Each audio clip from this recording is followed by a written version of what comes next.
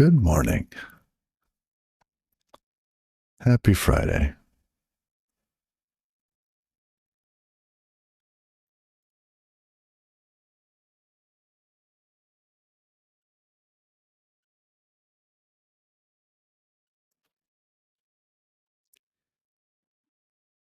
Well, let's see. What did it?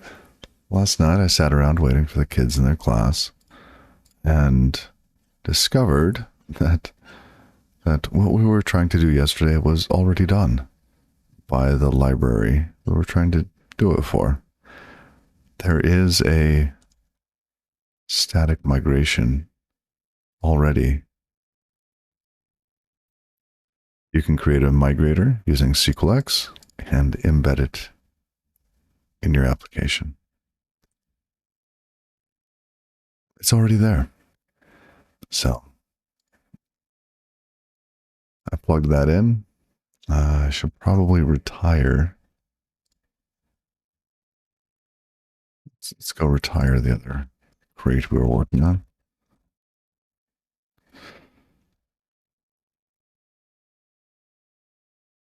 Two days in a row. Is it 3 days in a row? I think I did this on Wednesday too. Every Friday night she did. SQLX embedded migrations. Bye-bye. Done. Wednesday was a mess. Shoveling all that snow.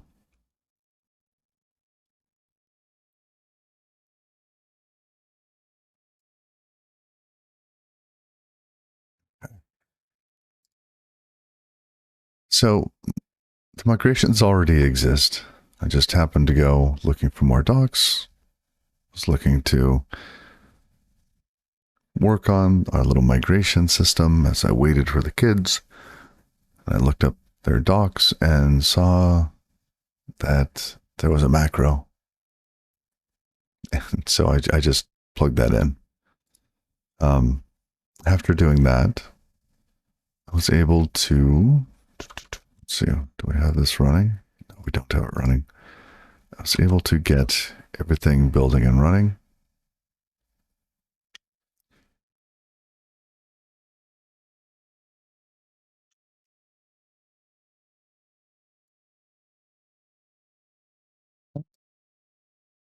Which means we can add notes.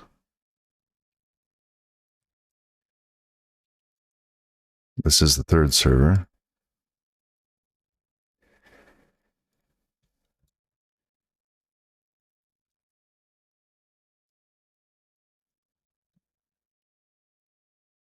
Okay.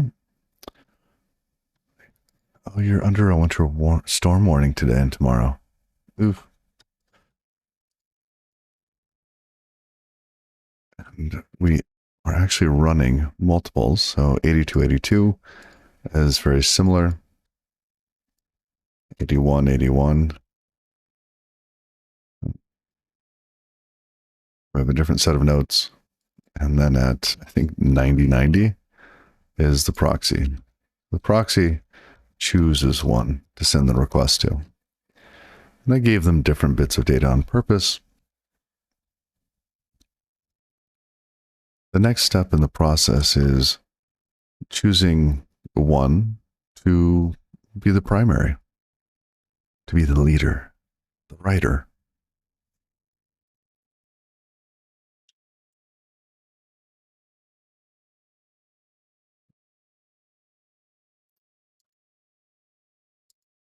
So,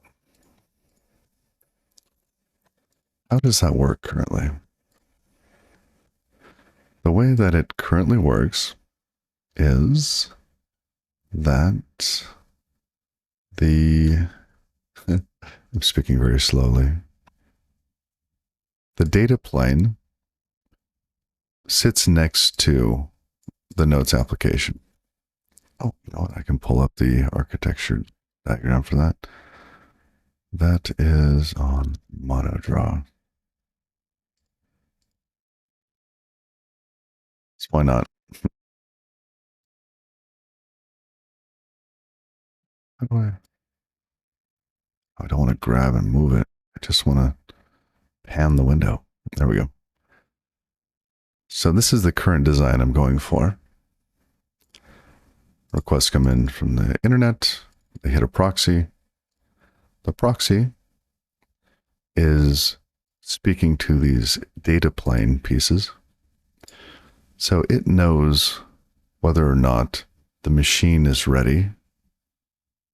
Well, rather, if the data on the machine is ready, right? It has the database been synced to the machine? Have they been copied or updated? However we do it. And then the proxy will also connect to the apps directly. In this case, in this diagram, there is a writer on the left and a reader on the right. So when you go to post a note, it should always direct the traffic to a single machine. And then when you're doing a safe request, something that does not mutate the backend, it would send it to one of the readers.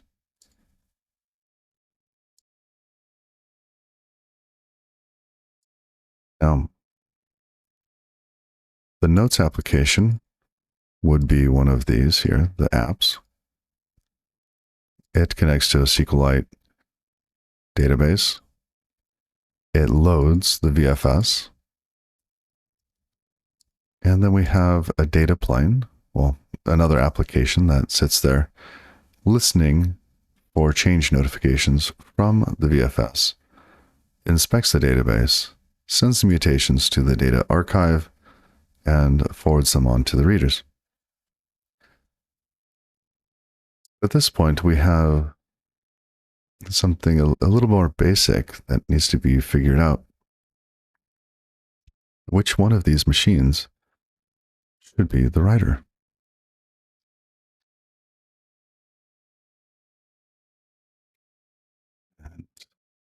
So also, again, sitting there in the waiting for the class to be done last night, I made some notes on this.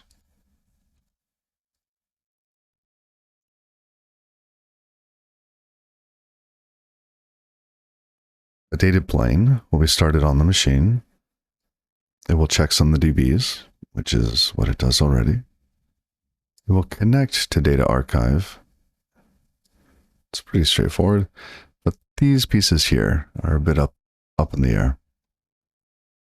Give a list of DB checksums and receive stream of updates. We could do that. But how does a machine that has no databases know what to ask for?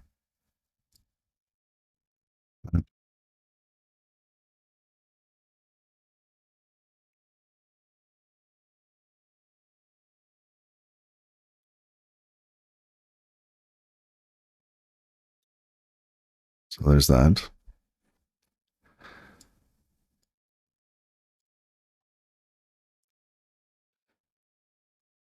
And then if the data archive system has, well, let's say it does have some databases, but they're old. And the data archive has compacted its system to the point where it could not stream an update to them. Then the machine would simply have to download the databases again. So we need to figure out some process for connecting and determining how to sync these databases.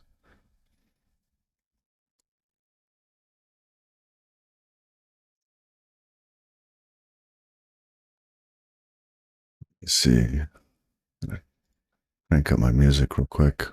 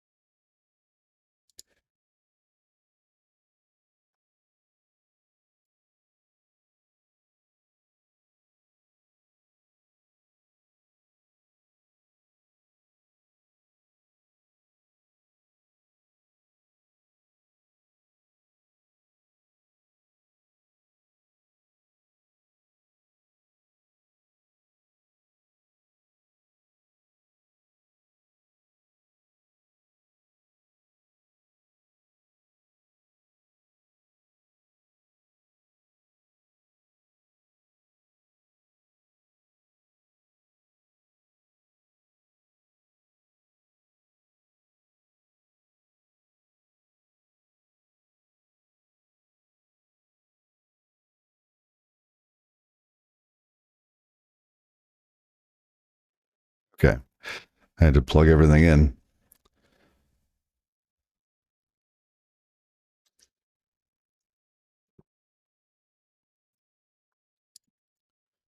So at the moment, we don't know which one is the leader. Nobody knows which one the leader is. They all have databases. Hey, next programming. You know, I forgot to update. I'm no longer running a chatbot. I should probably update that stuff. But I'm working on a database replication system using SQLite.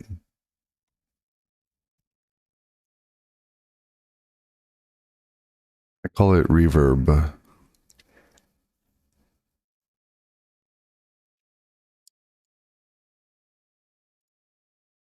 Okay. So while we're thinking about these things, let's go look at the data archive.proto file. Because this will be the interface between data archive and the other data plane. So we have two systems here, data archive, data plane, and they are really basic right now. Like they start, and that's kind of it at the moment. So it's a lot to do.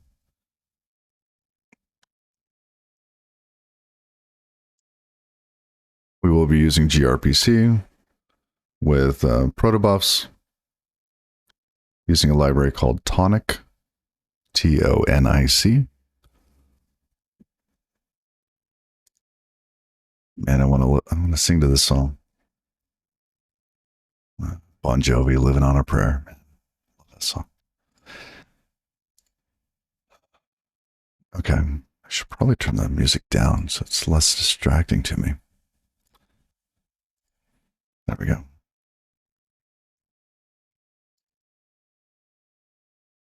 And feel free to play whatever music you want at the same time. Okay. So we were talking about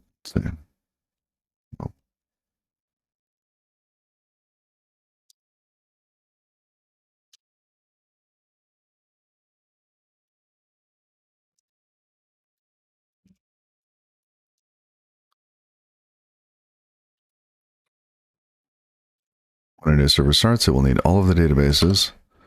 Two, when let's say,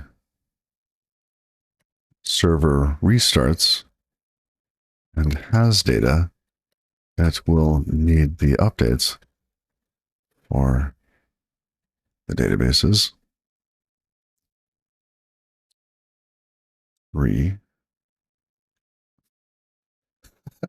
Like, what is the point of some of these?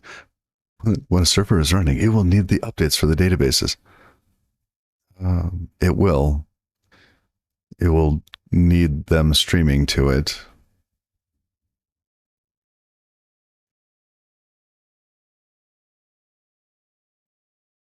So, I think we need multiple things. We need RPC. We need a stream of just databases.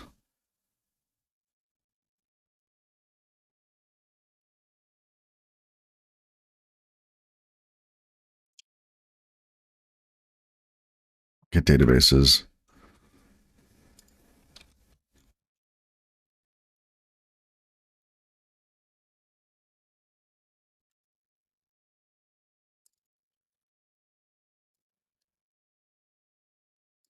That will return.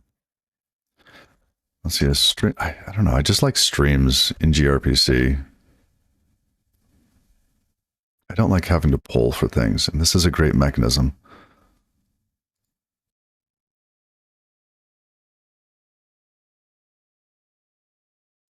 We'll fill that in a moment. It should have. Let's see, we need some sort of identifier for databases. We could use file name, which is kind of what I was planning to do. Not sure if that's the best way. Let's go with it for now. It's not going to be repeated. This will be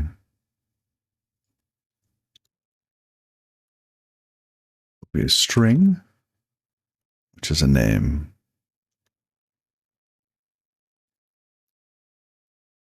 We don't need to pass anything else for this. If you don't know about the databases, you can then start asking about them.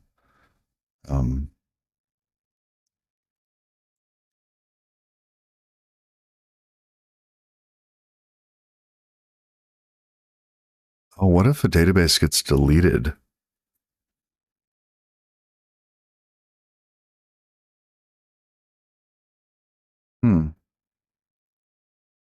Yes, that could be an interesting piece of data that we might need to know.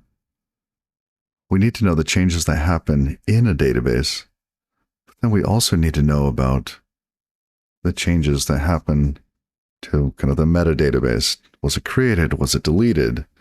Was it renamed? Probably omit renaming, because a VFS won't know what that is, but it will know that it's trying to open a database. So that could be a create. Will it know that one is deleted? I don't think it would. It would only know that the state changed dramatically.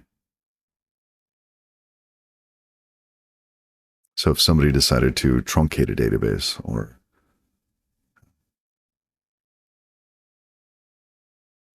delete the file and then start streaming it again, it would have a very different checksum and salt, etc.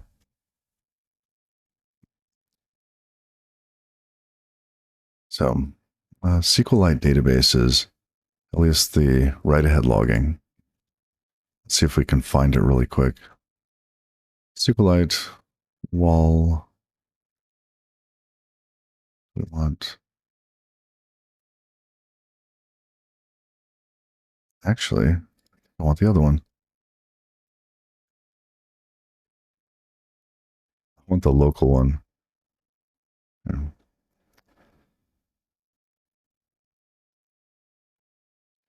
So the write-ahead log is what we're going to be using for knowing what is changing.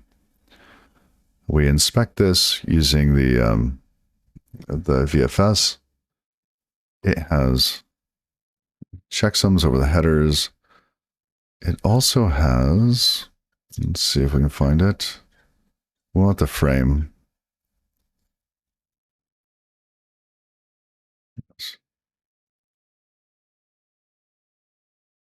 There's our frames. Hash tables. Is it a different file? I think it's a different file.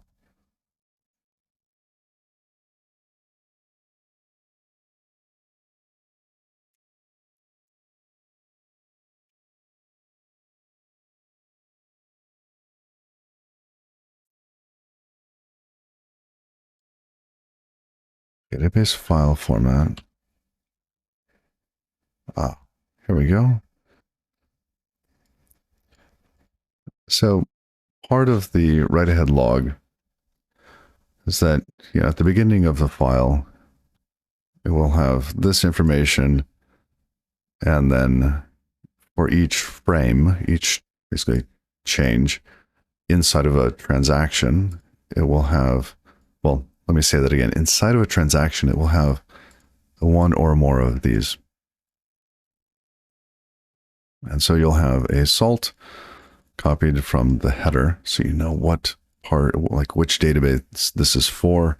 Did it change dramatically? Did it get truncated? Because the salt gets changed when the wall log file changes. You also get information, you know, page size, etc., number of pages. So we will be able to tell if something dramatic happened right back here. So maybe we just say there is a database.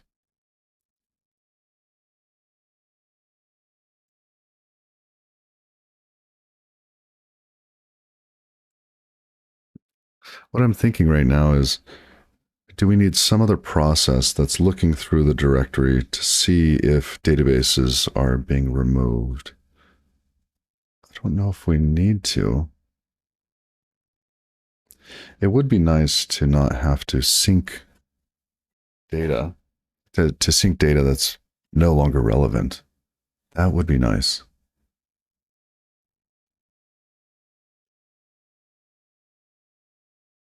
Okay.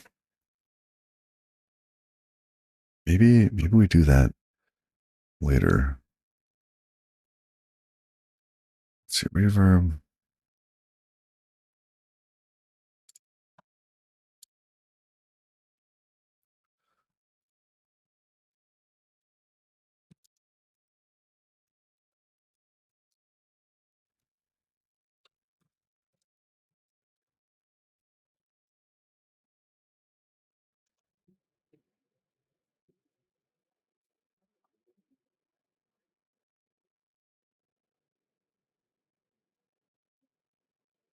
See, it would be useful to not stream data to new machines that no longer need the data.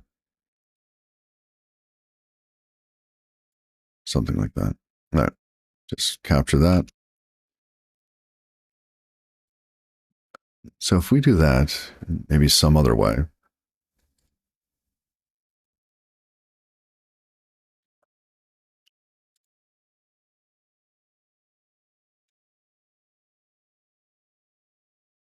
Oh, look at that.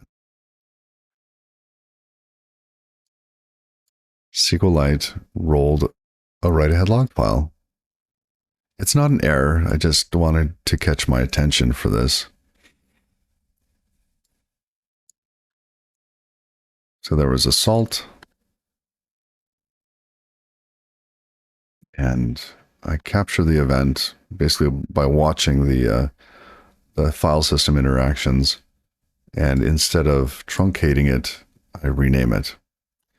SQLite has this very interesting little optimization that instead of deleting a file and creating it again, they will simply go back to the beginning of a file and start writing again, which works great because the files already, like the blocks are already allocated on disk. You just start using them again. So there's less file system overhead.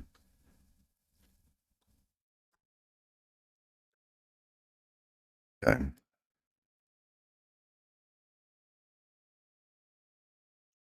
I'm wondering, do we have some sort of action here? Action like created, deleted. What do we have? Can we do, I think we can do enumerations. So,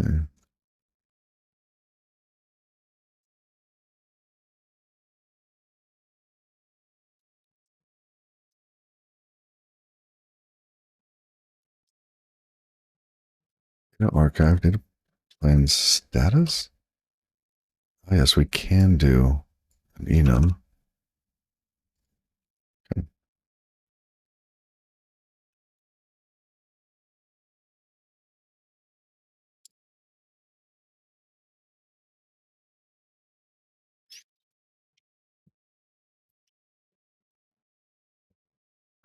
What would we call the first one? Deleted or removed? So if it goes away. Added?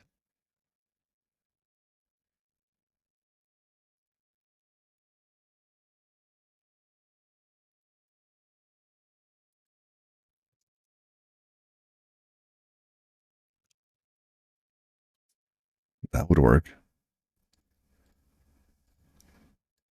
such and such database was added, such and such was removed. Okay. So get databases should return a stream of database responses. Great. Then we start to ask for updates of different databases. I think there's two things that we can do. And we could say, give me the database, and it just gives you all of the database pages. Or you could say, give me pages since, or give me pages that have changed since this point in time. Right? And the point in time would be not date time specific, but it would be database mutation specific. So since this checksum with this salt, that sort of thing. So I believe that as we're going through, right, salt changes, and then salt 2 is a different random number for each checkpoint. Okay.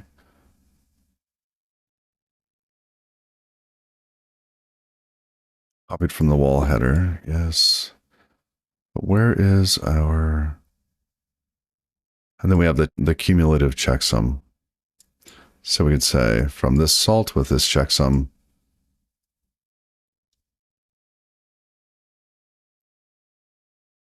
now, there will be points where I say checksum, and I mean one of these checksums, and there's another checksum that I've added, which is the whole database checksum.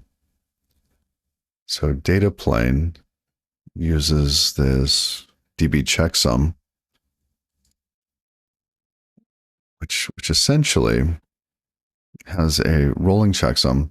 Let's say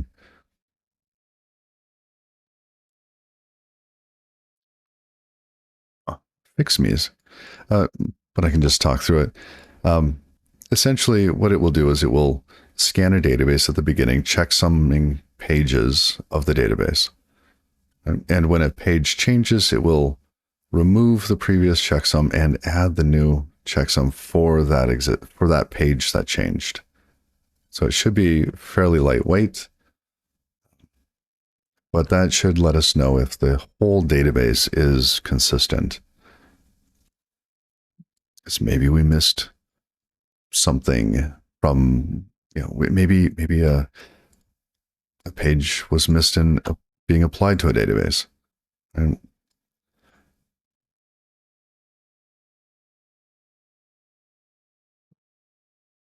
I just want to make sure. Well, belt and suspenders.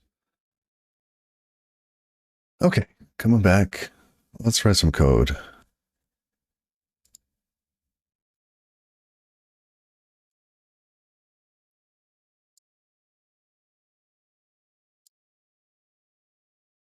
Sorry, just managing my Twitch stream.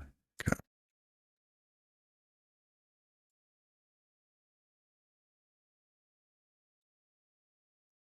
Let's close everything. Close all.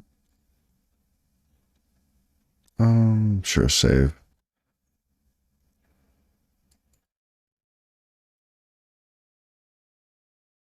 So we will get the list of all databases, at which point we will start to fetch them.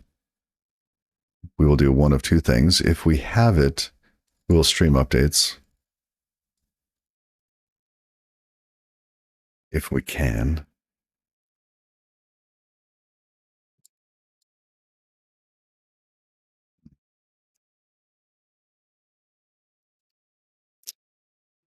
We want for this stream updates, we want to request,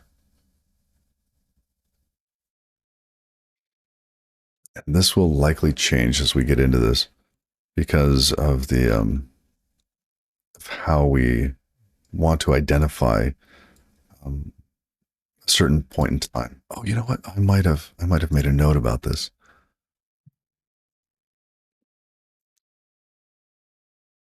Okay, so node shutdowns.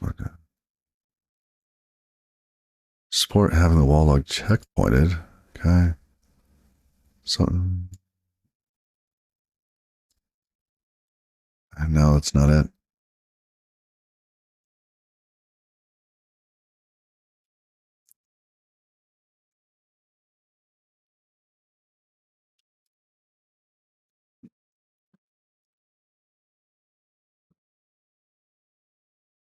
DBID salt1 and wall log offset. Oh, right.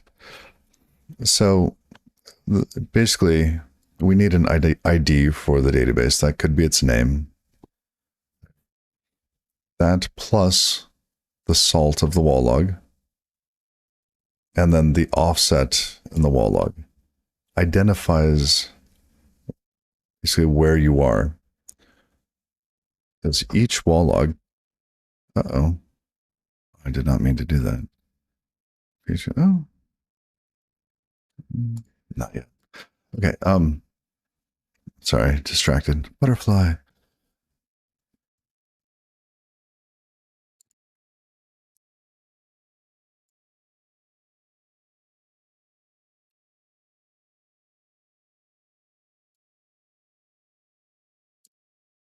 All right, here is our chalkboard.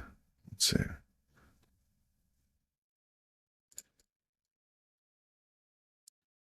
Okay, chalkboard. Basically, oh, that's zooming in and out. It's been a while since I've used this. Okay.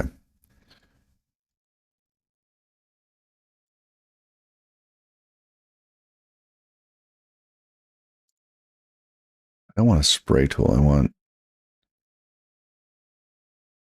there. Does that work? Okay, I need more pixels. Too many, but close.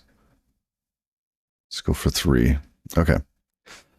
So as SQLite, it has a database, right?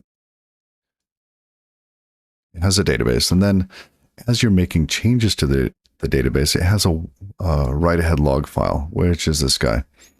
And at the beginning of the file, it has some information like this salt1 and salt2. Okay. And that's what we see here. Salt1, salt2.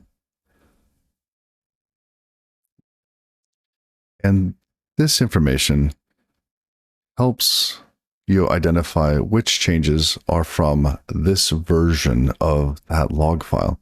Because when SQLite goes through, and it might have, salt1 and salt2, maybe they're both equal to the letter A, right? And then it starts to write this data. Eventually, it will checkpoint. And all this data gets copied into the database. What is this? Eraser tool. Erase with white and make it large. Background color. Thank you.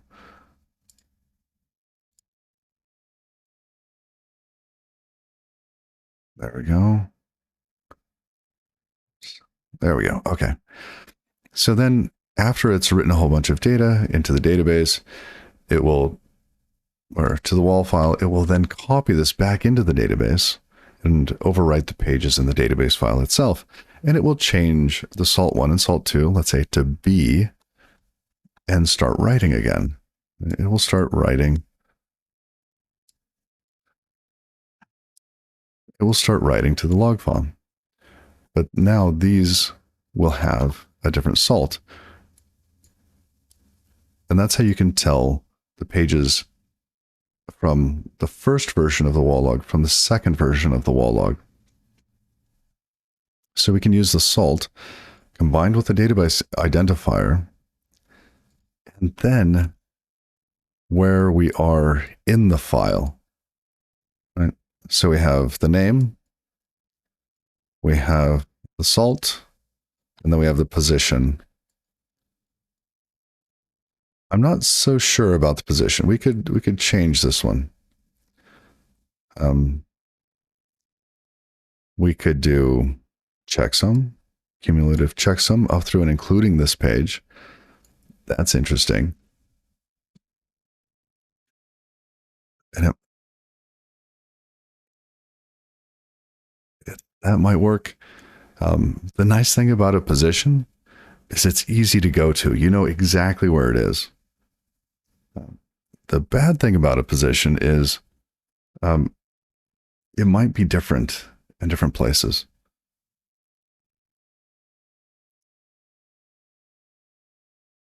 We might not store this data that we are putting into data archive in the same way that it's stored in wall logs on the machines themselves.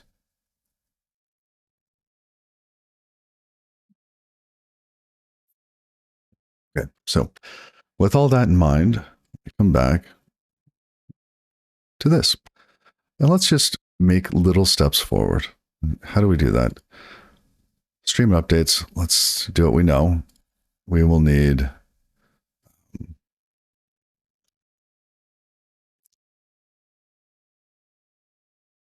stream database. We want string, the name. We will also want to give it optionally, or let's see, maybe this might help us. If we don't have any databases, we should use two different pieces here. We won't stream the changes to the database. We will want the database itself. Just give me the database. If Data Archive gives us the database, just this piece on the left, we have no idea about this stuff on the right to say, start streaming me this thing. Unless, of course, it tells us this information when it gives us the database. Ooh, okay, that might work. Stream database, just give me the database.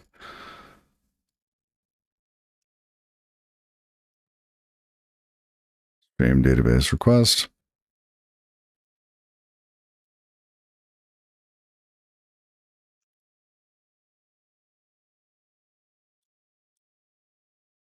Stream database response. We will want, interesting. We don't want status. We don't want name. We know these things. We want the pages of the database.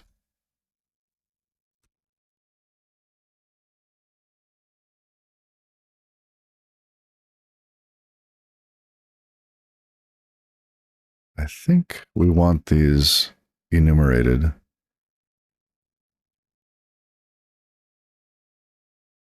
So we can just put them at a specific place on disk, right? The pages are kind of multiple, like powers of twos. And so basically you have like a 4K, 8K, 16K page size. So if you receive page 1, you know exactly where it goes on the disk. It's actually really simple.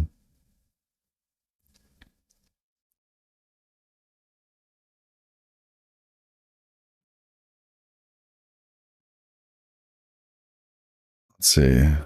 Now,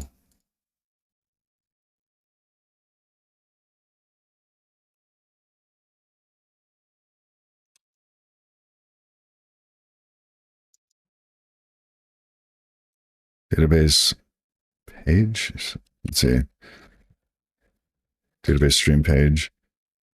This is bytes. And the page number. That's useful.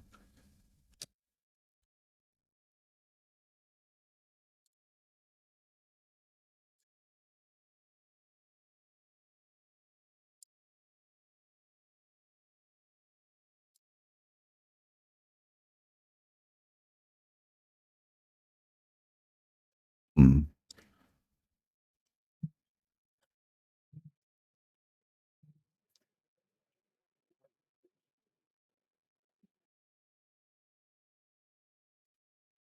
Okay.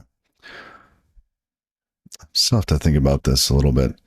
I'm fighting between stream here. We're going to stream a database update.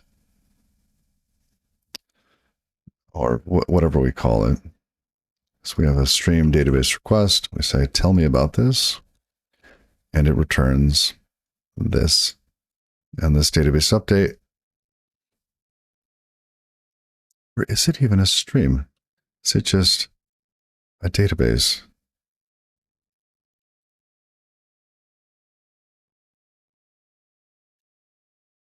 What if it's huge? Should we just ask for certain pages?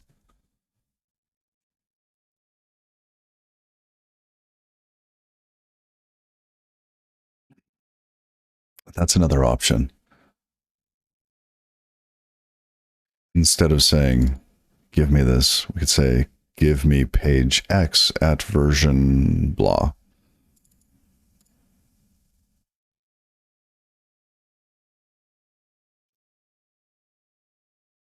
So maybe say, give me this.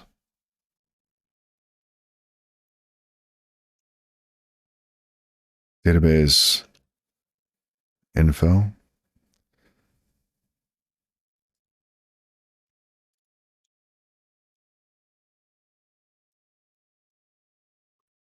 Database information request.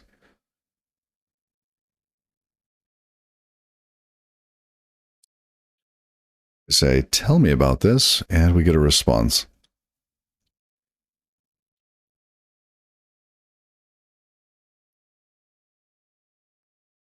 And then we use another API to start getting the data. I like that. I like that.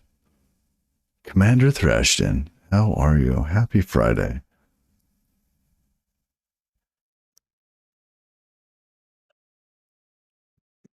Saw you working on fish.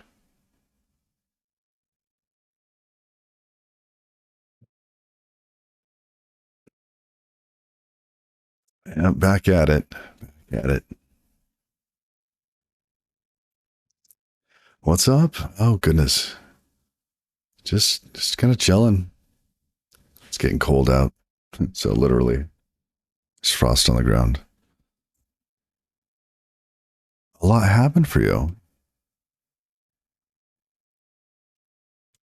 Oh, tell us more.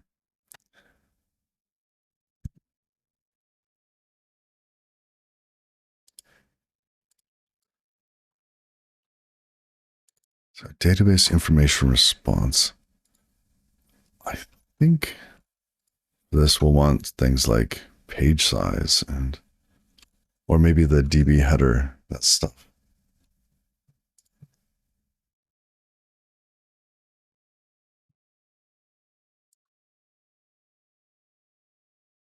Be excellent to each other. M. Collard, how are you? Thank you for the bits. Thank you. I appreciate that.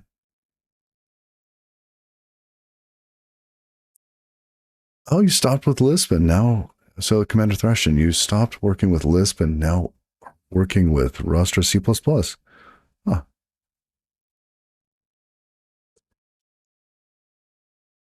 McCollard, you not much on Zig.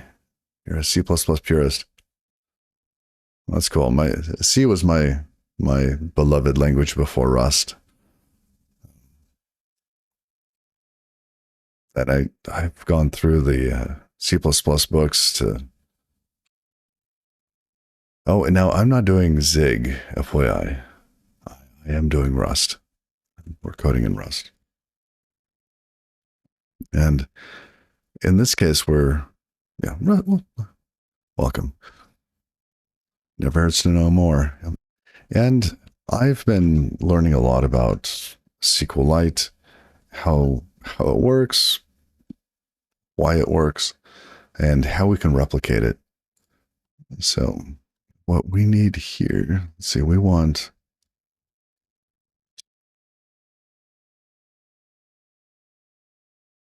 database file format.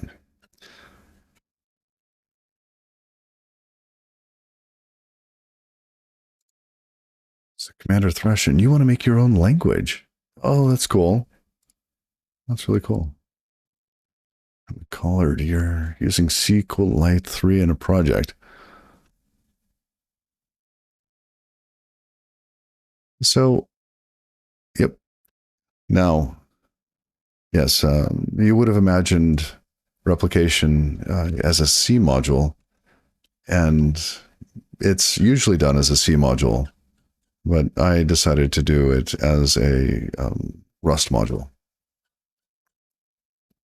So,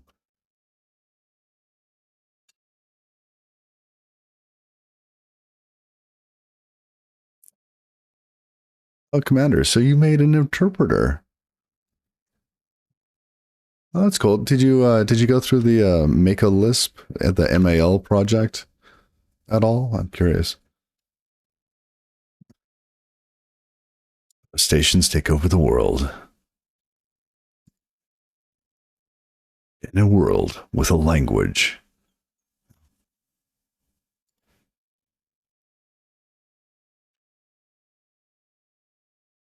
Oh, you're using the LLVM tutorial, Commander. Okay. Oh, that's cool. That's cool.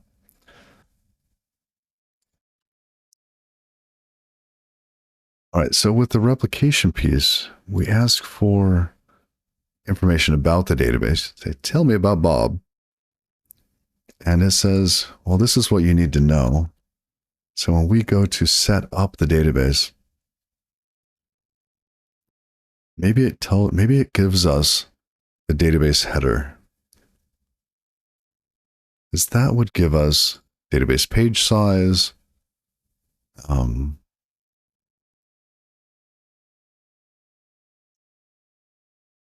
we could write that immediately and then start asking for the pages. So we also get the size of the database in pages.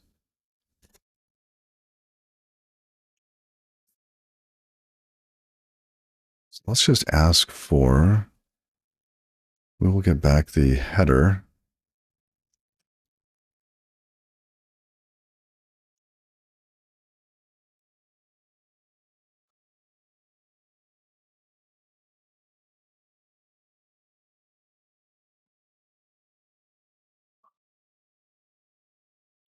I have not, McCullough, I have not seen that movie. Is it actually titled In a World? That's cool. A girl who tries to break into voice acting, voice over announcing, such as In a World where, oh, that's fun. That's really fun.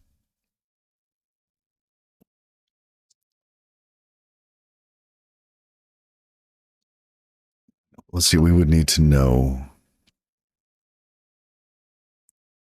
version.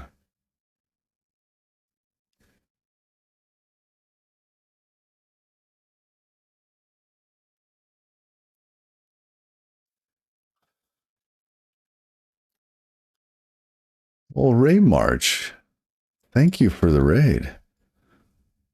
Goodness, welcome. Welcome, welcome. In a world where you raid online. Sorry, we were just talking about voiceover announcing. Well, we are working on database replication using Rust, and this database replication is for SQLite. So we have a number of pieces of our architecture running at the bottom. The architecture itself, let's see if we can pull that up for a moment, will look like this. We have a proxy that's written using the Pingora crate from Cloudflare. It will communicate with some app. Right? We have a dummy app at the moment called Notes, where you can create notes. We have a VFS, a plugin for SQLite, so that we can know when a change is made to the database. And then on the same machine, you will have the databases and this other application called Data Plane, which will be used to synchronize data between machines.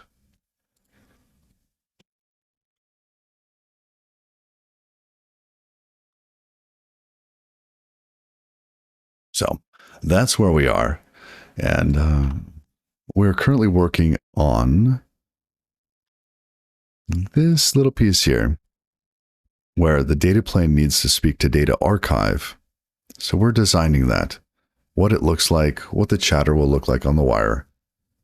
Because when a new machine starts up, how do you know what data to start, what data to ask for? What databases do I need? So those are the questions we're trying to answer right now. And Raymarch, if you're still there, you know, sometimes people raid and run. But if you're still there, what'd you work on today? FYI, this is the first time I've been rated in, goodness, 2 years. I've only been kind of started on my stream again very, very recently.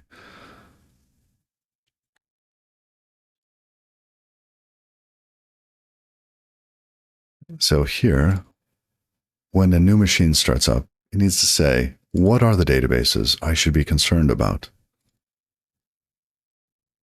And in that case, it will get back a stream of names and statuses for a database being added and removed. But then once we are told that a new database exists, what do we do? Say, give me information about this. Great. But what about the response? I was thinking we get the database header, but we also need the information about the point in time for the database. Now, I was thinking that this would be something similar to the database ID, the salt, and the wall log offset, but I'm iffy on the wall log offset.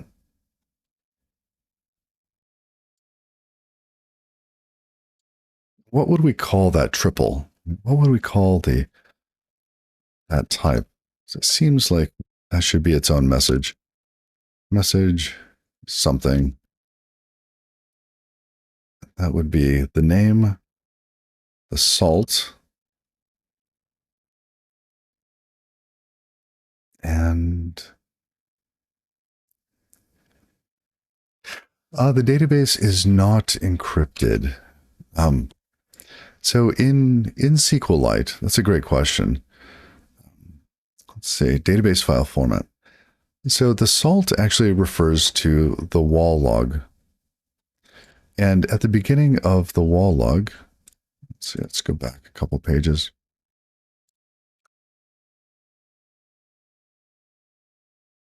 Here's the wall log file format. At the beginning of a write-ahead log, it will create a random number to identify the log. This number changes if it truncates, right?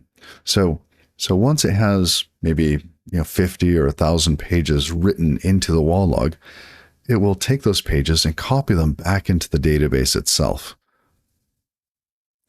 And when it does that, it will create a new salt and start reusing the same file from the beginning. So the salt is a way to identify which version of a wall log you're looking at. It just helps you to identify a point in time. So looking at our little blackboard, we have a database. We have our wall log on the right. And the database has a number of pages in it that need to be updated. And you write into the wall log, and then eventually you will copy these pages back into the database, and the salt will be updated.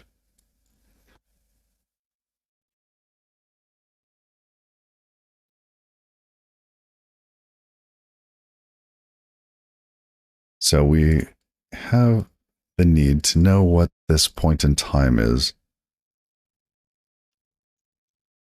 Let's see, it's a version, revision. What do you call that? Like, what do we call the point, like the state of a database? I'm not talking about it being on or off. I'm talking about it being changed from one point in time to another point in time. because it's not really time based, it's more mutation based.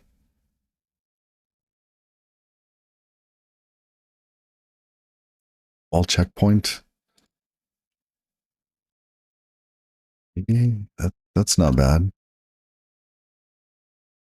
So the salt is incremented with each checkpoint. That's when you copy it. Checkpointing is when you take the data out of the wall log and copy it back in.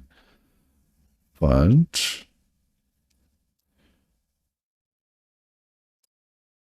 okay. So data is put into the wall log in, I want to say commits, but they're more transaction. Let's see.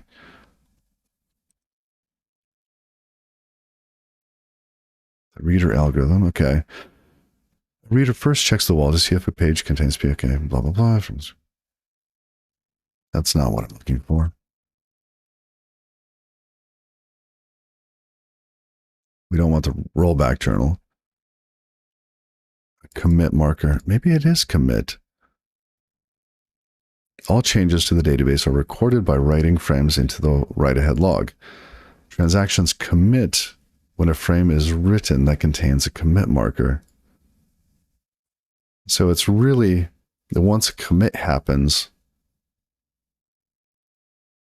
that we want that point in time.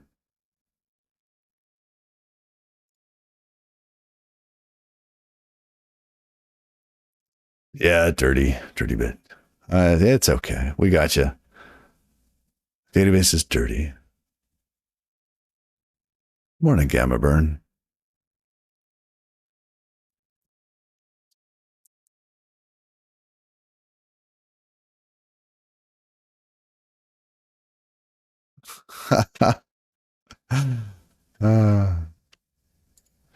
Yeah, AutoMod. You know, my kids watch this sometimes. In a world where children watch coding streams, AutoMod, I don't know if AutoMod uses AI. That's a great question. That would be a lot of AI, like a lot of CPU processing, because there are some really busy streams.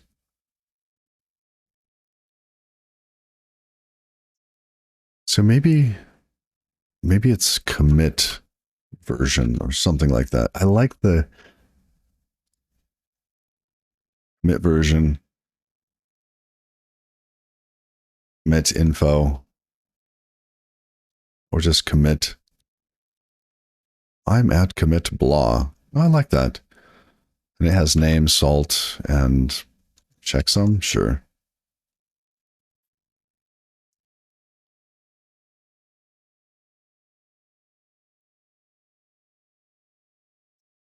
All right, let's leave it at this because I think checksum might work well for us. Now this would be the checksum here. Right, so it would be salt and checksum. Checksum is the checksum of the write-ahead log up through and including this page. So that can just be copied out. It would be easy. We wouldn't have to copy another one.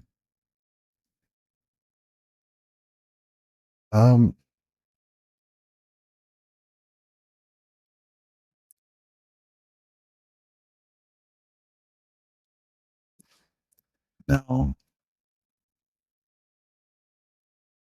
so we have the information in the response. Want that. We want to commit. Commit is 2. DB header. So we have the header, we have the commit, and we have UN32 DB checksum. This would be the checksum for the entire database at this version, at this commit.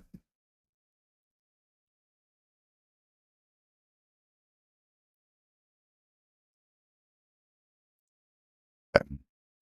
So to recap, we ask what databases do we have? We get a response. We start asking to tell me about this. It will return information in the response. And then we need to start getting the pages.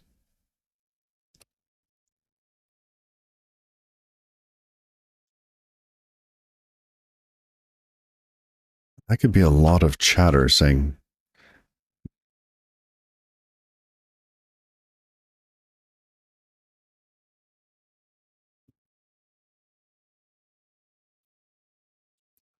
let's see, let's say stream database.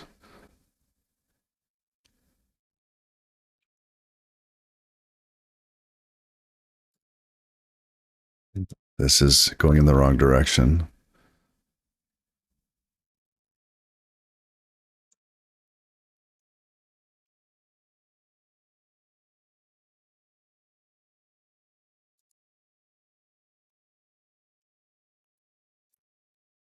Returns a stream of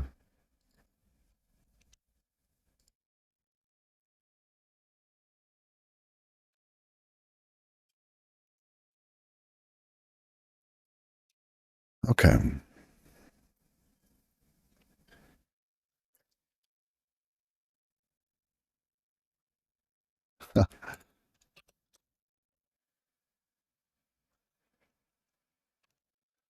Now,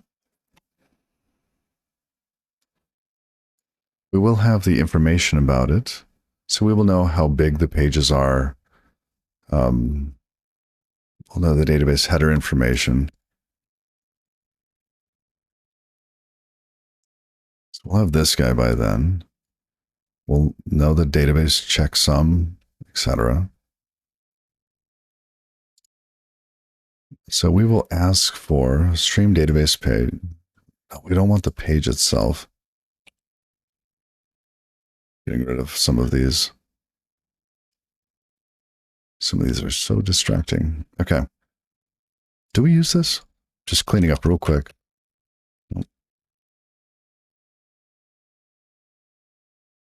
Okay, that goes away. That goes away. Okay. Database request, response. Good. Database information request. Database information response. Great. I'm going to buddy these up here.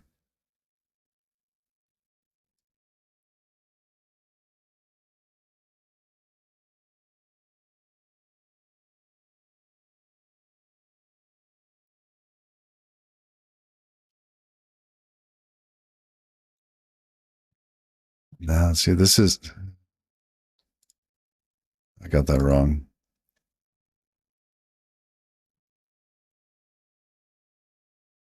Get databases. This is database info. Just trying to organize this just a little. Stream database. Great.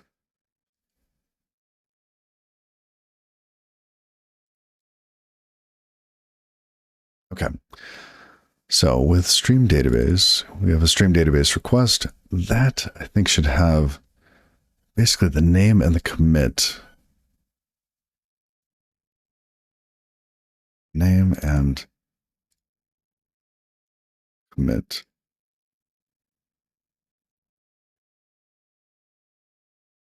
Because we want to stream the database from this version.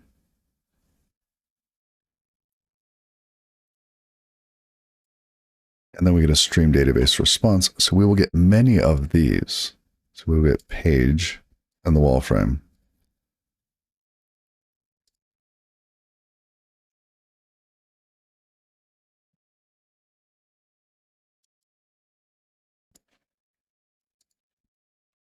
Okay.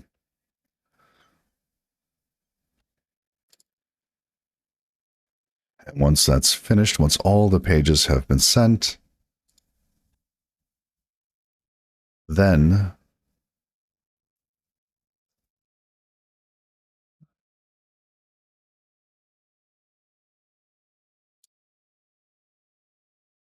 actually it just keeps streaming, doesn't it? Because if a page changes on, let's say the page changes on the writer, you want that onto the reader. So as long as this stream stays open, you keep getting pages and wall frames. I think we need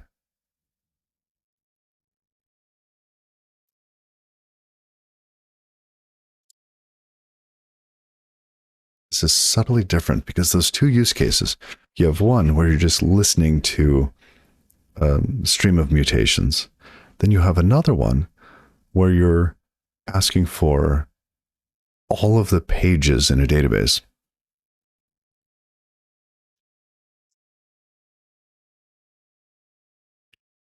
So maybe these are similar, but very subtle.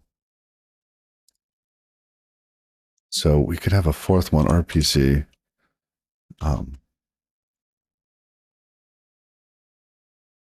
Stream database updates.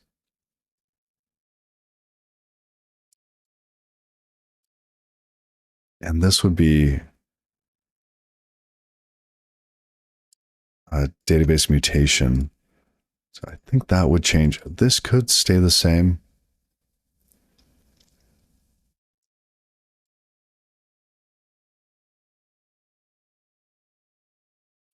Let's change this to like a download database or something. Fetch database. Database request.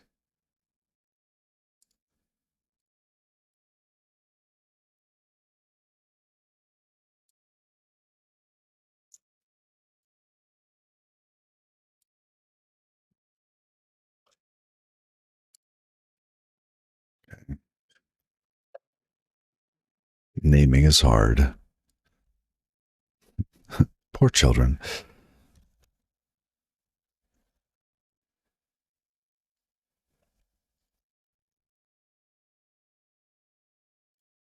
So we fetch here.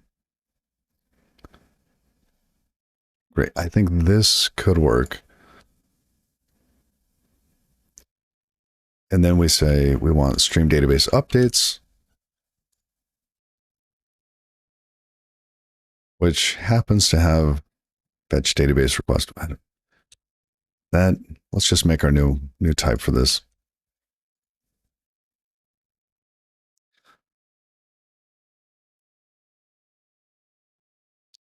It happens to look the same, but we do not need to dry this. No premature drying.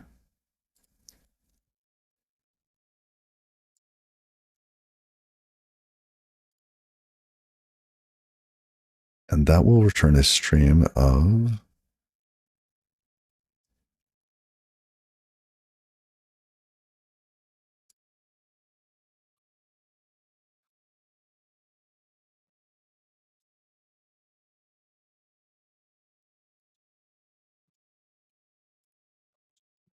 let's call it stream database update. It could just be database update.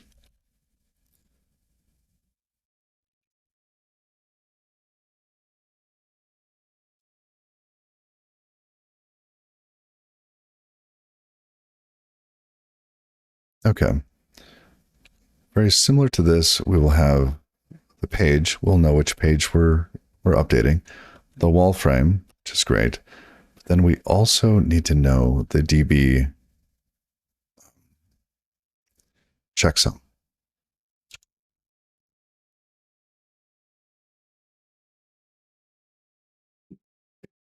And this would be the checksum of the entire database after this is applied.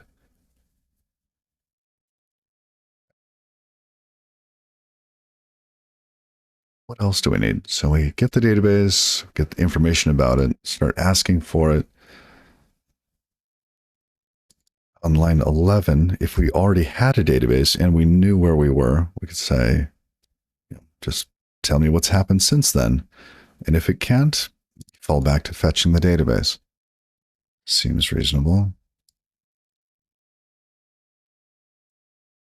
Is this all we need?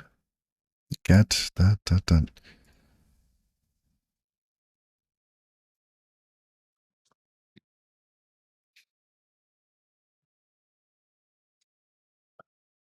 Let's see. What about, how do we know if we are the leader?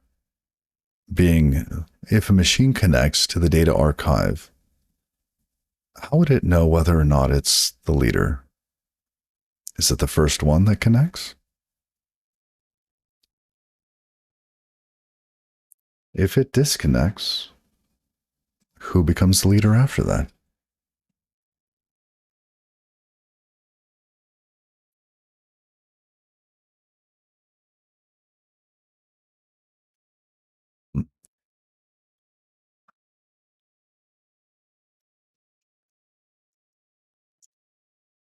Who's the leader?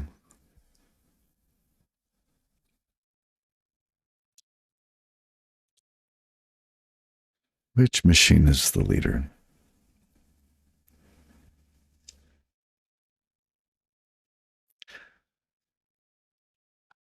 I have this whole Raft consensus thing built up, but I don't want to use it. I think it might be useful for the data archive itself to have a cluster of data archive machines.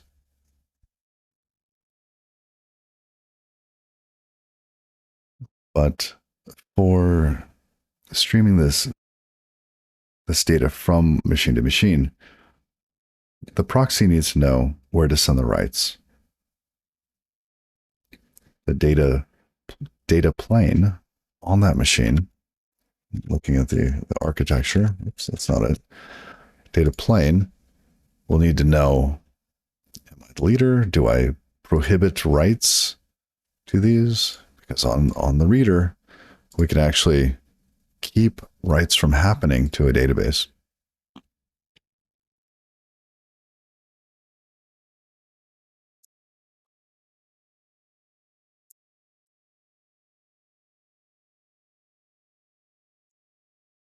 Let's walk through kind of just a little scenario.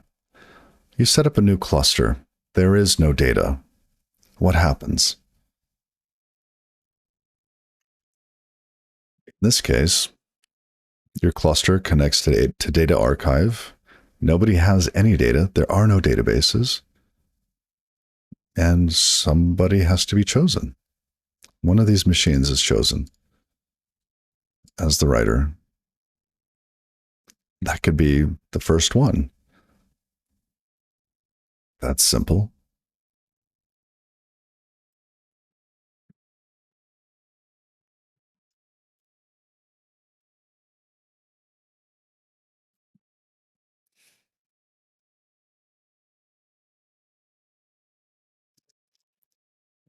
We could have the machines telling data archive what their state is.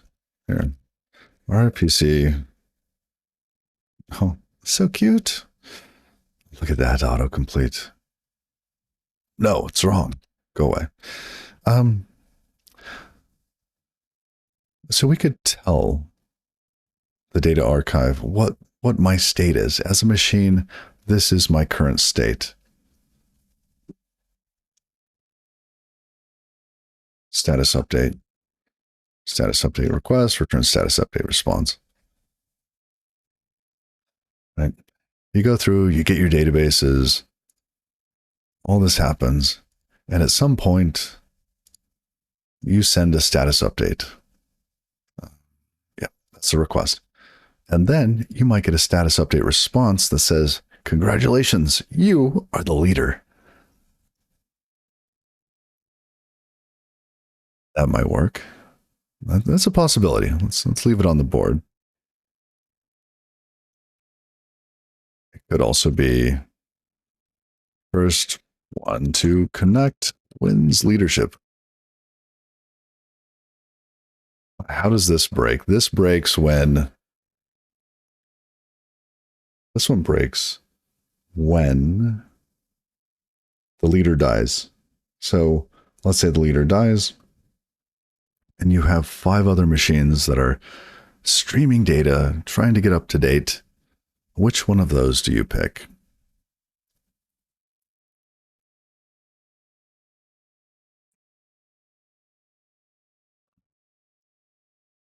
I would actually pick the one that eventually gives me a status update that is matching data archive. And first one to be up to date wins.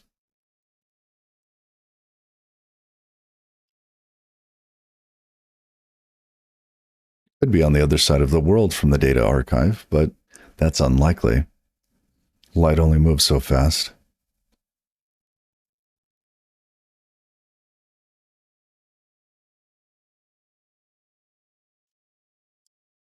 I want to keep this really simple, like dead simple. So how about it's just the first one to be up to date with the data archive?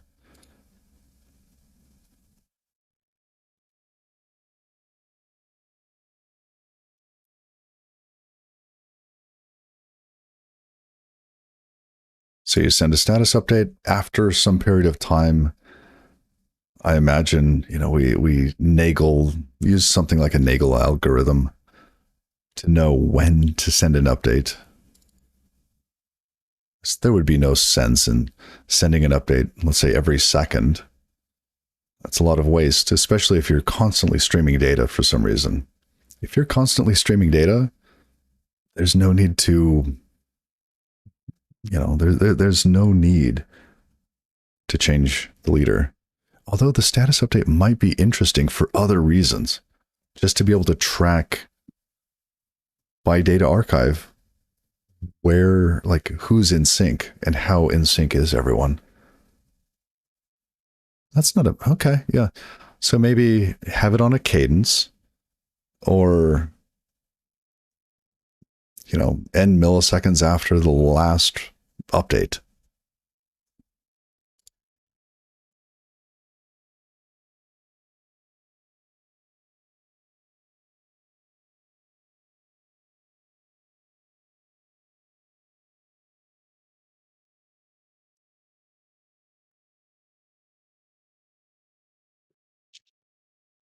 Okay.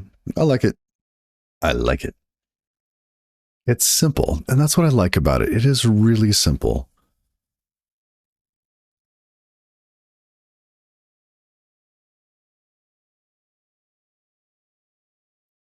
Message. Status update request. We're just telling it about us. So we want to give it. What do we give it? Do we give it the kind of combined checksum of all of our databases? What is a status?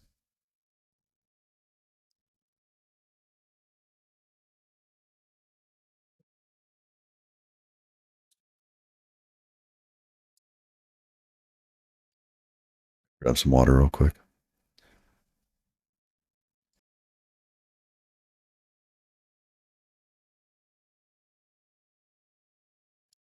All right. A status update request here.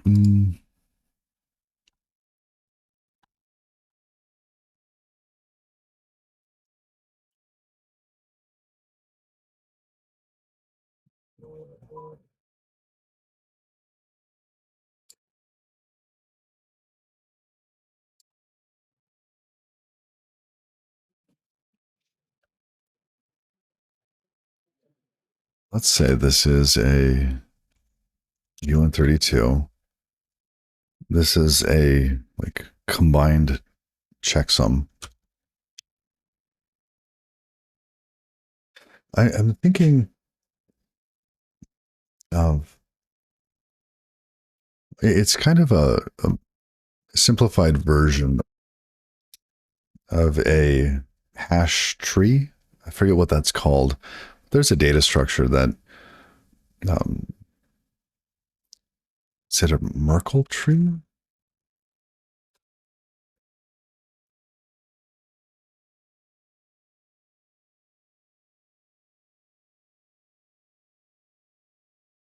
It is. The Merkle tree is a hash-based data structure that is a generalization of the hash list, and that lets you know where something is out of sync. But with databases, we would only have like two layers. You would have the top hash and then the next layer of hashes. So it's like a simple version of a Merkle tree.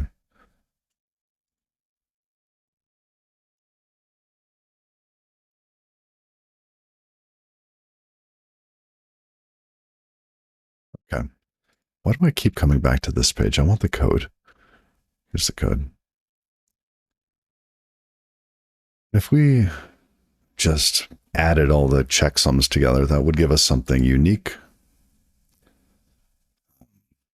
But it doesn't tell the data archive how far behind we are.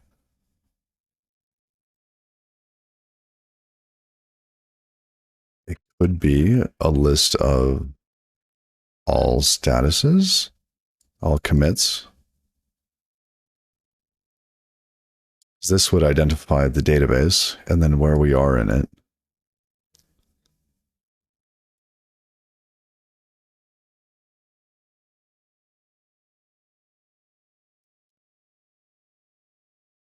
Be something like that.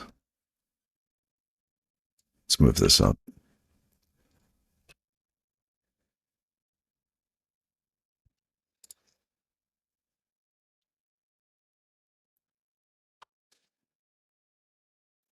And then data archive could have some metrics that about the cluster and how far everybody is.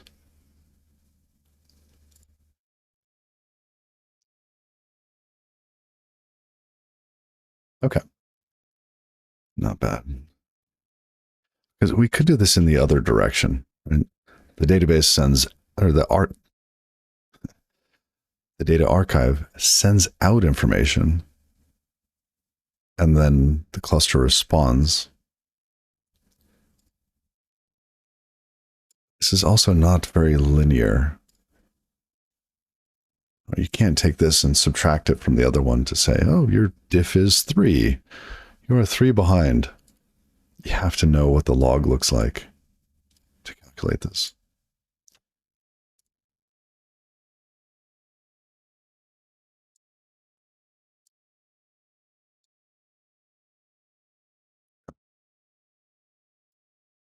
So we send a status update request, and we get a status update response.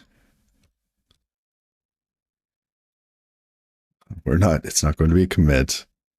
It's going to be thank you, and whether or not you're a leader.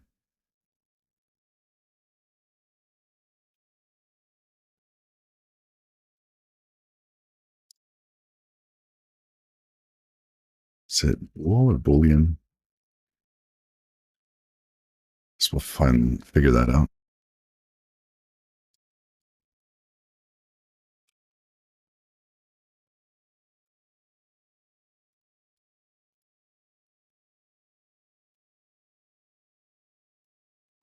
I guess if you're already the leader,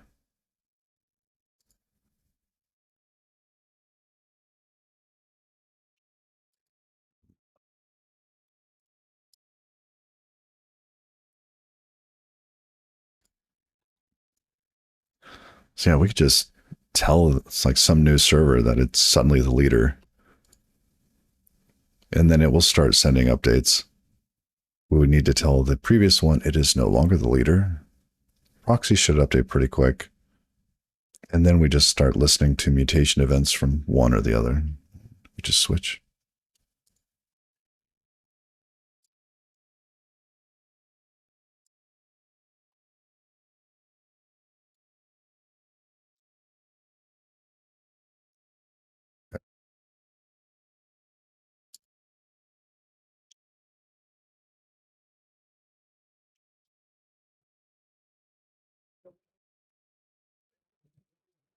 Okay. Let's see. Does this build? I'll go check-p data proto.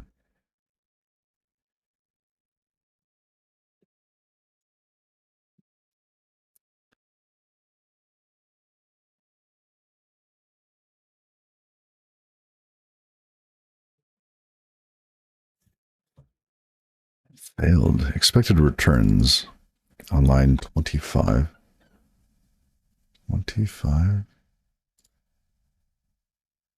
Data archive.proto. Okay. Oh, it's here. Line 8. Oh, yes.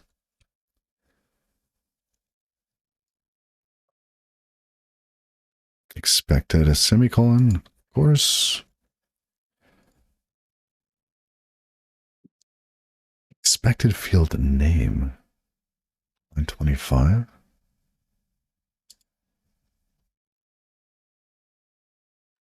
Data archive .proto 25. Oh, it needs a yeah, that's the type. Repeated the type that we need. We want to call that commit. Yes. Okay. Consistent. Great. Now we have generated, wrong one, data archive. So all of this code has been generated for us.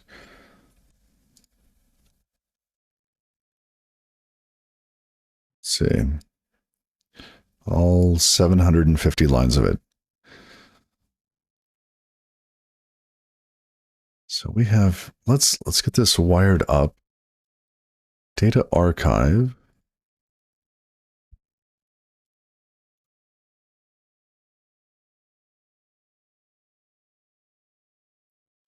Data archive is a server. It might be a cluster later. It's an evolution. Got some errors and blah, blah, blah. We are using Foundations, which is a crate from Cloudflare. It provides some metrics, some logging, telemetry. It recently updated to version 4.0. I wonder if that's changed at all.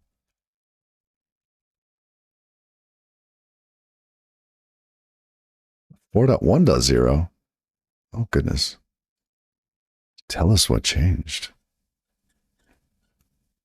Where's our change log? Release notes.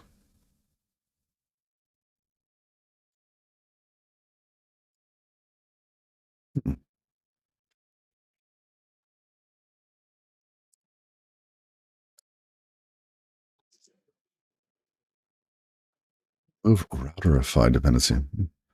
Seems like a simple upgrade. Okay. Let's update.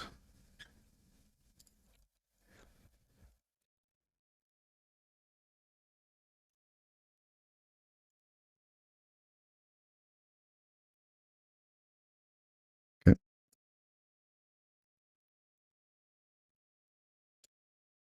So we're using Foundations. We have some settings. We just listen to a specific place. Host import. Localhost or fly local.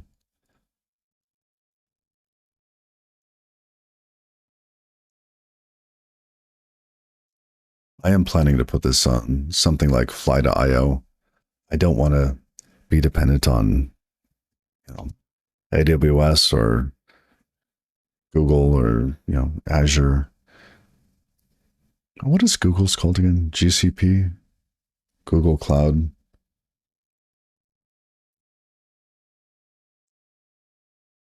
Figure our telemetry. Great. Find the socket that we should bind to. They should all be extracted into little functions.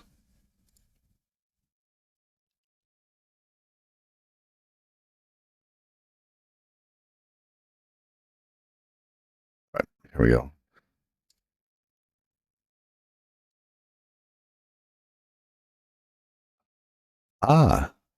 So Big Rick, welcome to the channel. That's a great question.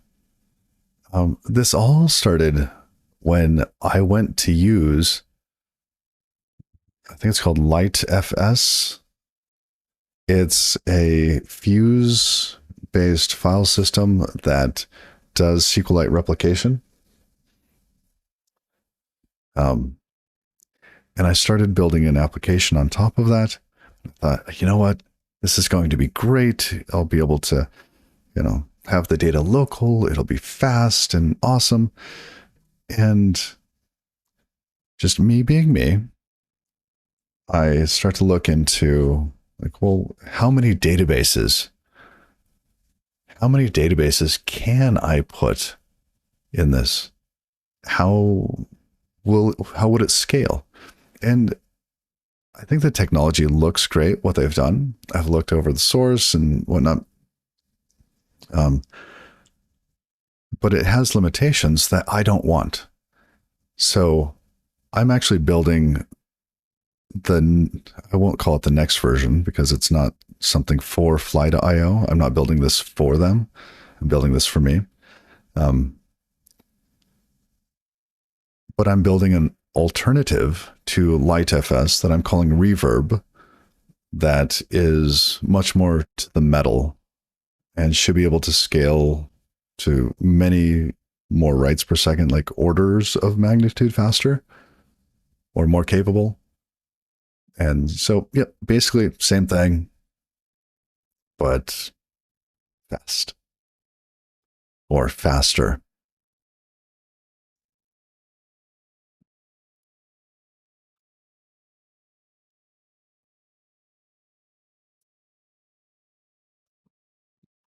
Now, in this case, I decided to use futures unordered. And I've been going back and forth between futures unordered and a join set.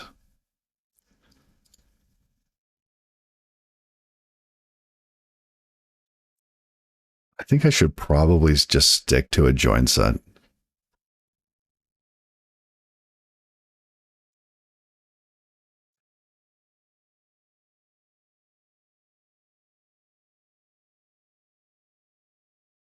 Yeah, great question, Big Rick. This was a long time, buddy. It does. Zed feels like how I want Visual Studio to be. It's clean, it gets out of the way.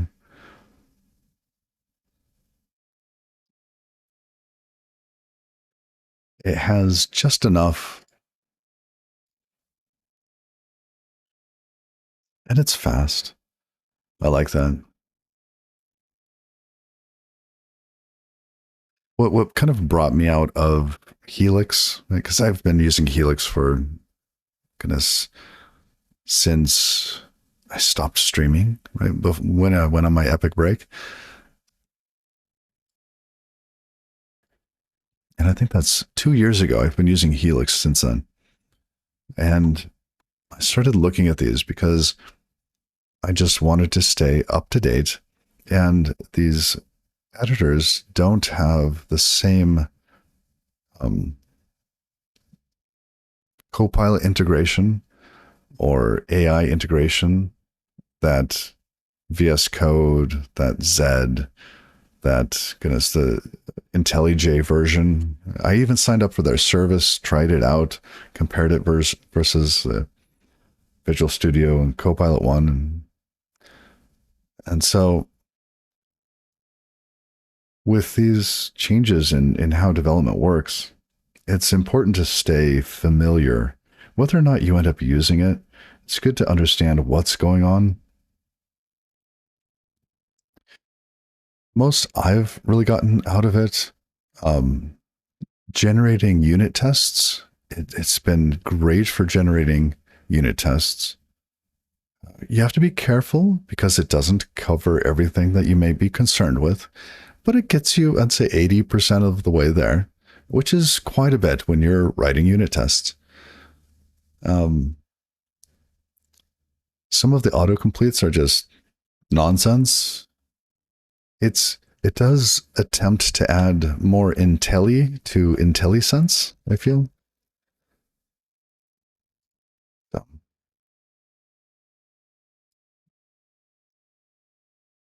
I wonder why I commented this out. Did Control C get added to the futures endpoint? No, we only pushed the server onto it.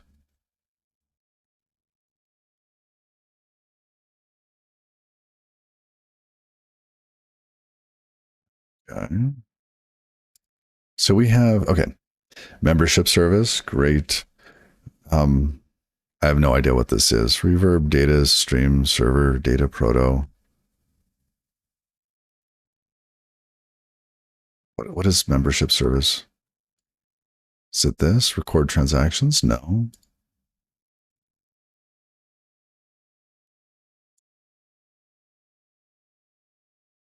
Reverb data stream server. Data proto. Data stream server. That's this one. Oh.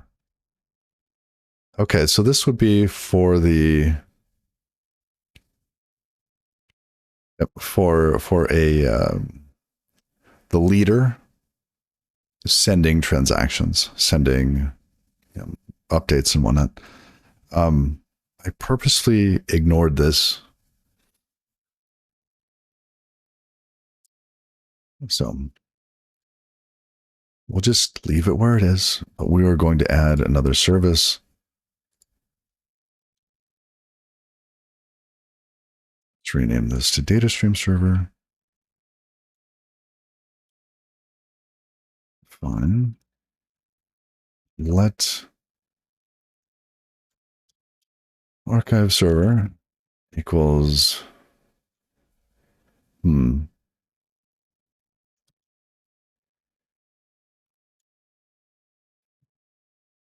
I think it's going to be something like that.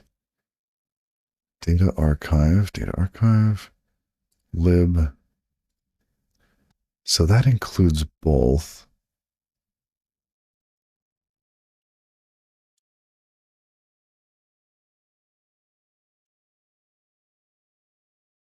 Ah, okay.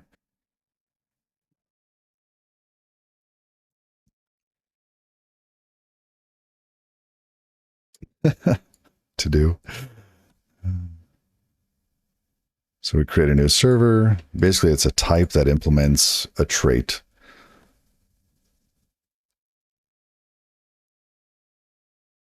Let's do it. Mod 715209. Good morning. And happy Friday.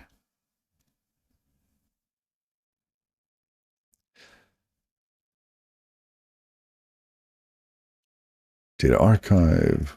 We are going to use data archive. That looks about right. Thank you. Use tonic, sure. Struct server, fine. Impl server, boom, done. See, like that sort of stuff just saves time. That's not Reverb data stream. It's Reverb data archive, is it? Did they get that right?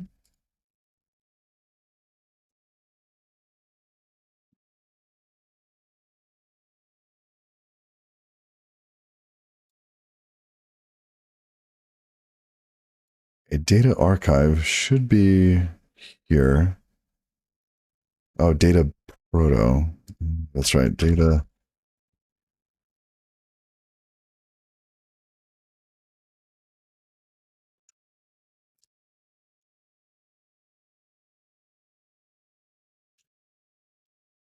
What? Where was it? It was Reverb data archive server.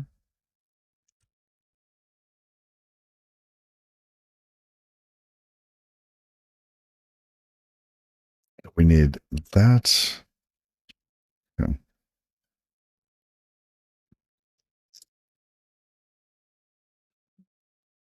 So here with the tonic, the request. So yeah, this is just absolutely wrong. Oh, with the async trait thing, if you ask this to fill the autofill, it's going to just completely barf. So let's go to this implementation, data archive, and we are looking for Reverb data archive. Don't rename it. Want a trait? Go. Oh, pub trait. Oh, just found it. Okay, we need these.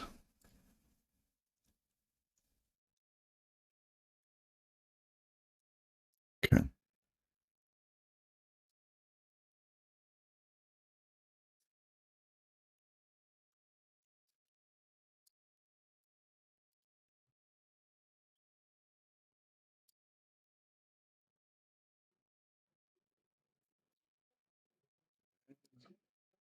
we'll have to update these. Let's add some to-dos.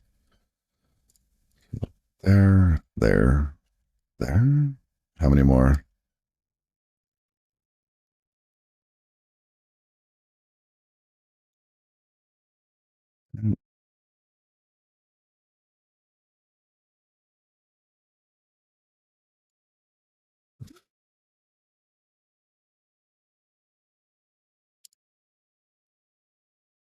Oh, I don't have protobuf language server. Okay, that's ignorable. Greetings, cat peasant. Welcome to Friday. How are you, buddy?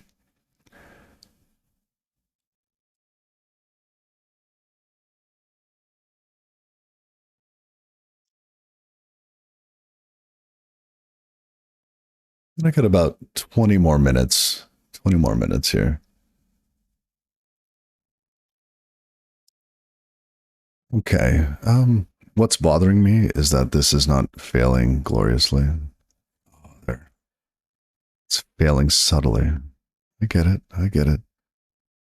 And here.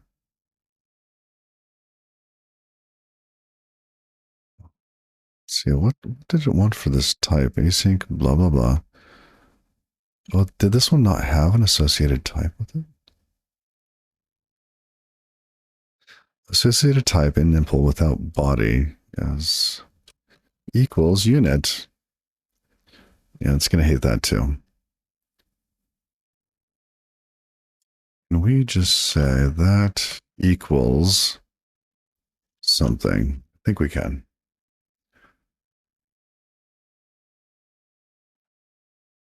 Hello, Turner. Good morning. Or evening.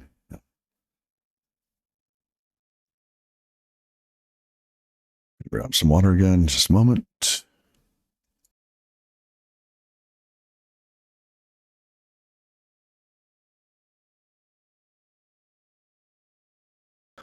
All right. And we're back. Get database stream. I know. Yep.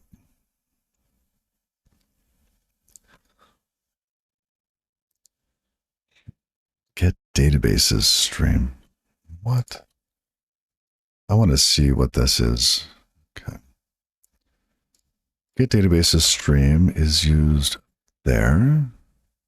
Is it used anywhere else? Why do we have this one type?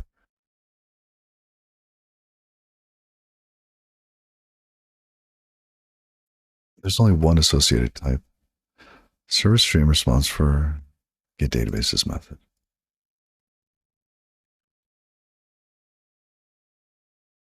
Let's get databases, database info. Oh, there are more. Oh, okay. I had not seen that. I see now. There are more types here.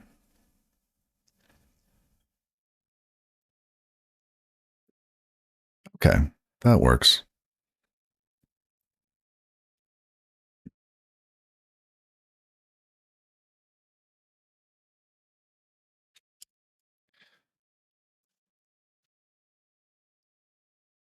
Server streaming response type for the get databases method. So this is a response type. It needs to be some type that implements stream.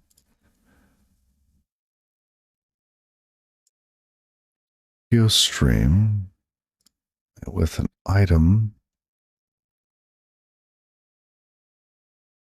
Why do we have to provide this? It's a response of that type. Oh, because we are the server and we're implementing this. So somebody asks, we say, here you go. Got it.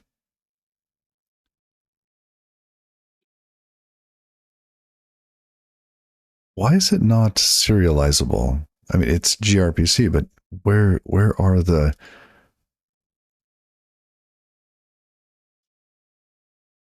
I guess these types, the get database response, this is something that gRPC understands. Okay.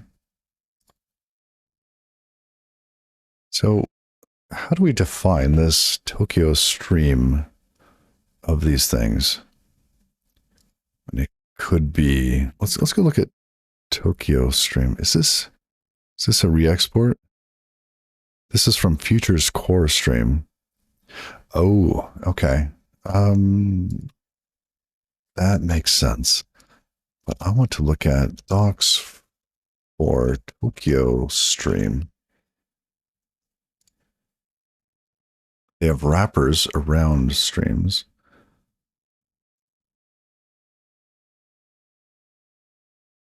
Receiver stream for MPSC receiver.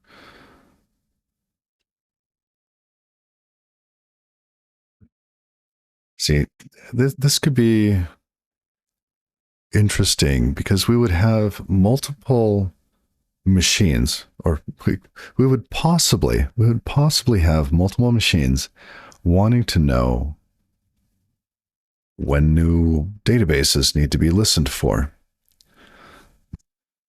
So it feels like we need some sort of fan out here, which would be not a watch, maybe a broadcast receiver for this. Let's look at the code. This is for get database stream.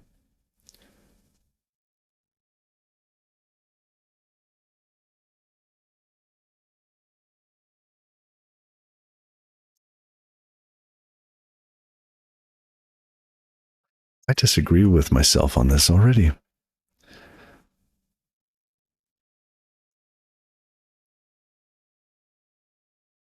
This feels like it's singular, where you get everything and then start listening.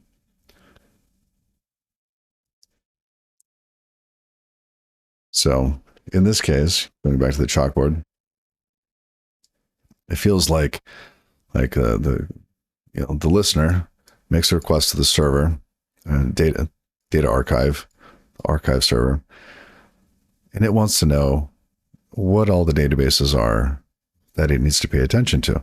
Data archive has some list of servers, and it could just send them. Just say, boop, here you go. You get all of these. But what if another one is added?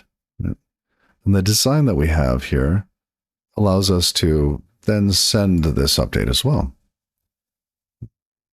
But really, it doesn't look like this. It looks like 1, 2, 3, 4. Like each one of these has its own little request that goes out, or response. I'm wondering, if I really like that? Or I think we can make it work. We end up sending what we have and then listening to a broadcast. That would work.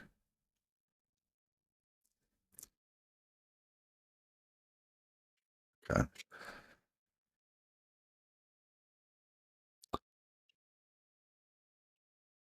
But this stream here is going to be layered in. It's not going to be this. It's not going to be a broadcast receiver.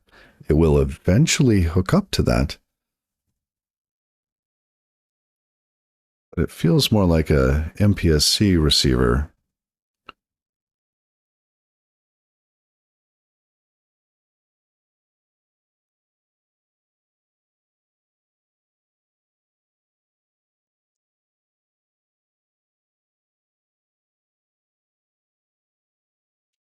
Maybe we should break this down into 2 pieces.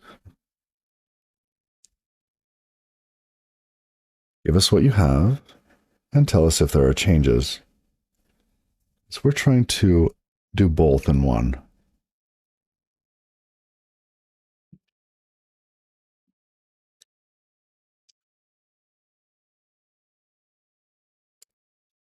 Let's simplify.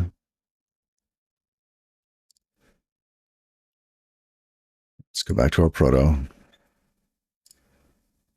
We're not going to do a stream get database response. Let's see.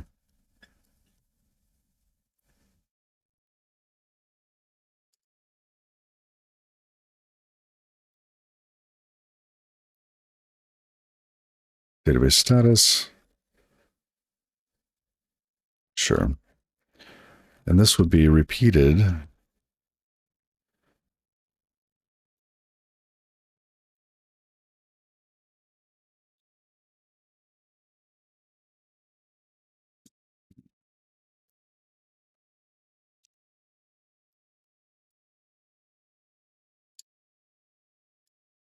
No longer a stream.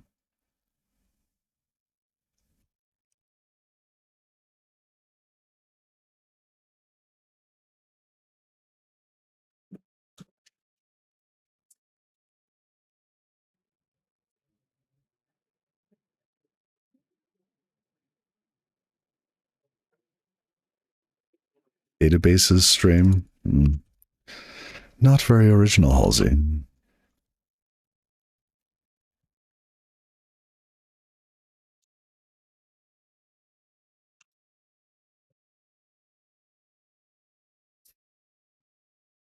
Oh, fingers work with me. All right.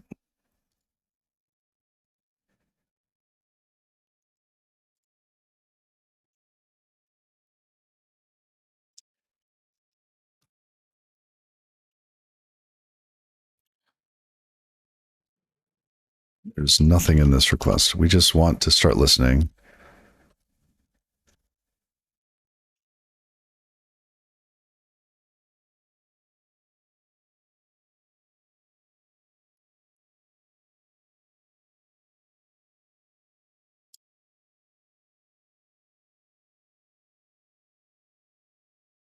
Oh, we could just stream back database status.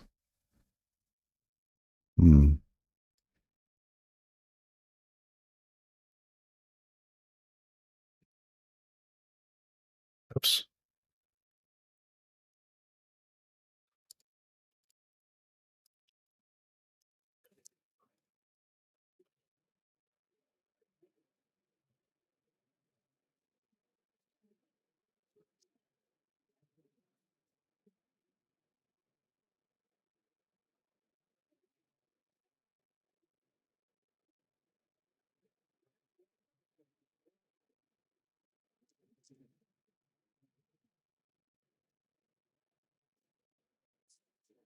I think this would work. You can connect and start listening for database stream requests so that you don't miss anything. So you make this request, start listening. Then you say, give me everything. You can combine the results of what you've received and what there is in the whole set.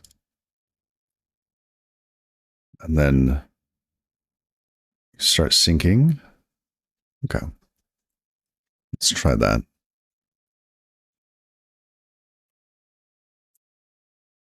Expected returns. I did it again? All right.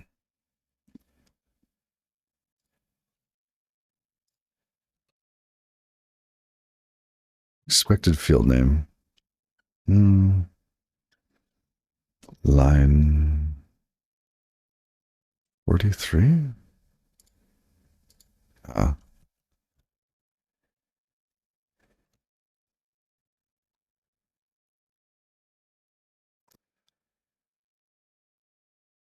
Database status.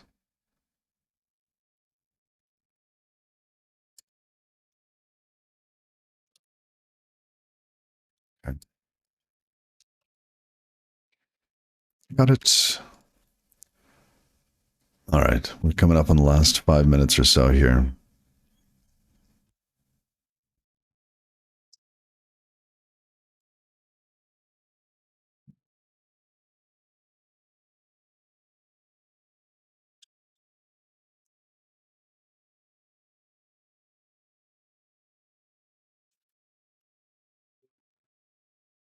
All right. Well, this is probably a good stopping point. So, getting this little piece here wired out, it's going to take a little bit of time.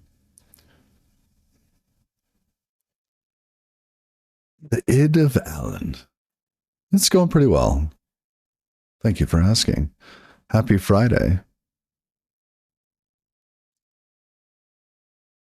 Thank you, Nightshade, dude. Yeah.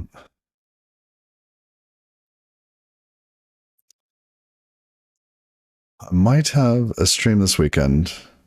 It'd be probably something short. I have a lot of stuff to do. It's winter, and I got some cleanup to do. Uh, should be good. We'll see. Probably back on Monday.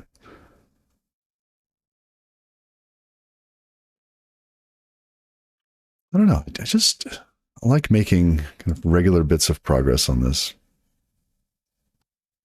I think this could be very useful.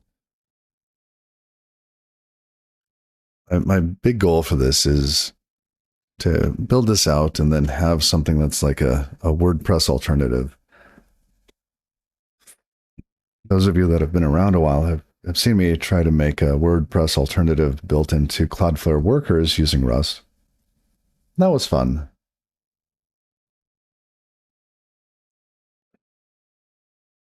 Is this a site generator? This is an alternative to Light FS. So I'm building a site generator on top of SQL, on top of my own version of this. So my own version does not use Vue. They don't even advertise that here. But basically, it's the same thing. Captured transactions. We don't do rollback journal handling. Forget that.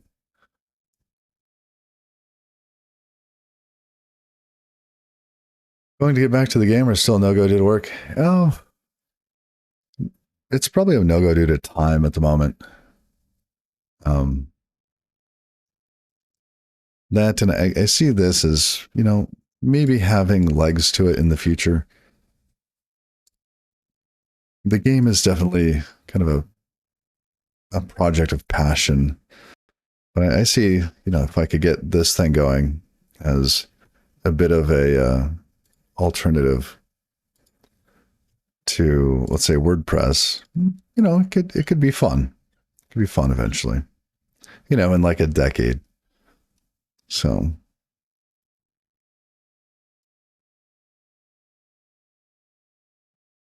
but so far, I've got the proxy pretty much working.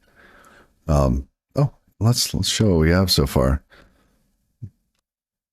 So if we go to localhost 8282, this is, it's not running.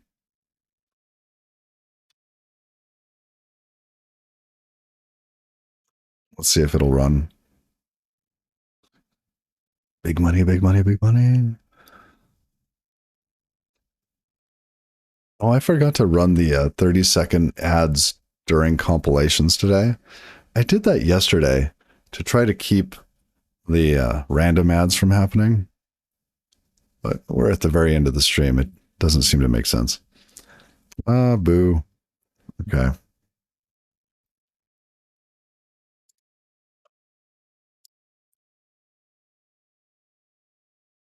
That's a data plan. Yeah. I don't really need to run data archive for this. Let's just comment that out. In my proc file. Oh, it is commented out. Why did the run failed because of the proxy? Let's do overmind start.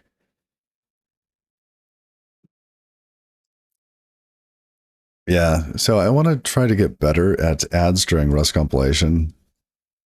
Oh, fine. I broke it. But at the beginning of the stream, if you rewind, you should see a little demo of what I did earlier. I showed off the proxy hitting different backends and that the data was different on the backends, and we were trying to, make it so that the data is consistent. So that's back at the beginning of the stream.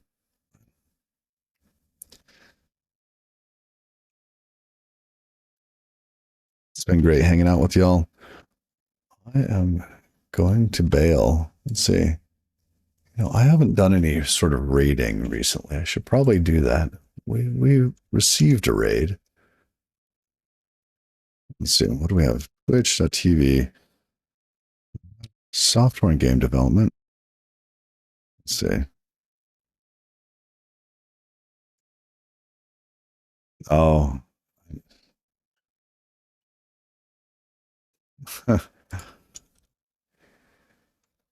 Anybody doing Rust? He says he's writing JavaScript. It's not fair. All right. Just for funsies, I'm going to raid Prime. My apologies in advance.